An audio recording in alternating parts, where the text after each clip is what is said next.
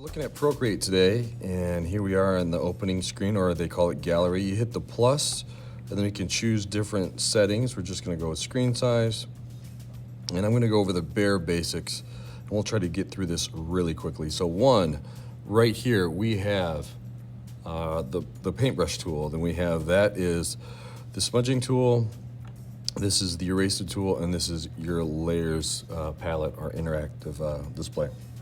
Right here, you can click on that and change the color of your background. Many students like to do that. Just hit done, there we go. This is how you add a layer. Okay, you can slide it to the left to delete. You click the thumbnail and then you can have this pop-up display. And clipping mask, alpha lock, clear, fill layer, all the stuff which we'll go in a later more detail at a later time. Over here on this side, let's go to a brush real quick. I'll go with this gel pen. Okay. All right, the double click like that with the two fingers, like this, that erases it. 3 fingers. You shake it, it scrubs it away. Okay, so this is the brush, but if you move this slider down here, which is the size will change, okay?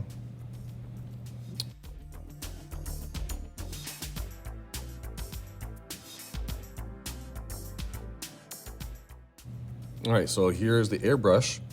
So if we had one airbrush there, okay, let's make it a little bit bigger. Okay, now that's a hard edge, so let's zoom in here. Okay, see that hard edge? Very distinguished. So if we clicked here and went all the way to the top and get a soft edge,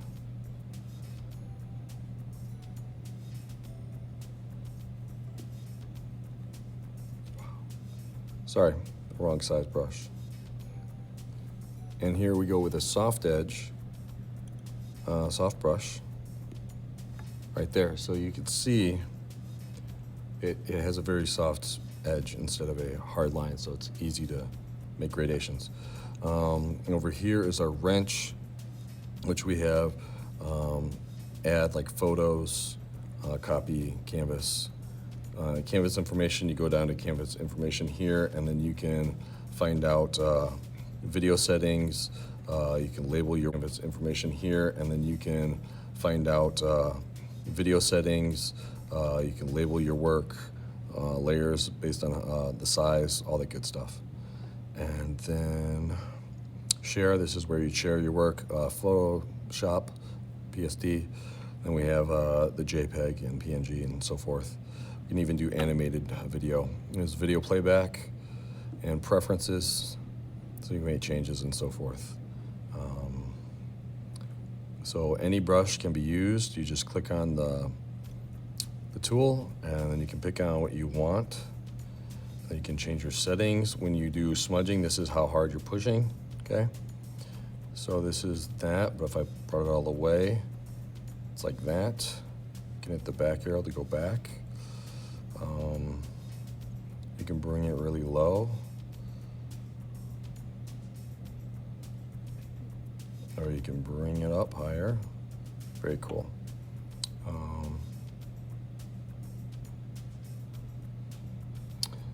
If you want to duplicate, you slide it over and hit duplicate, and now you have 2 of them.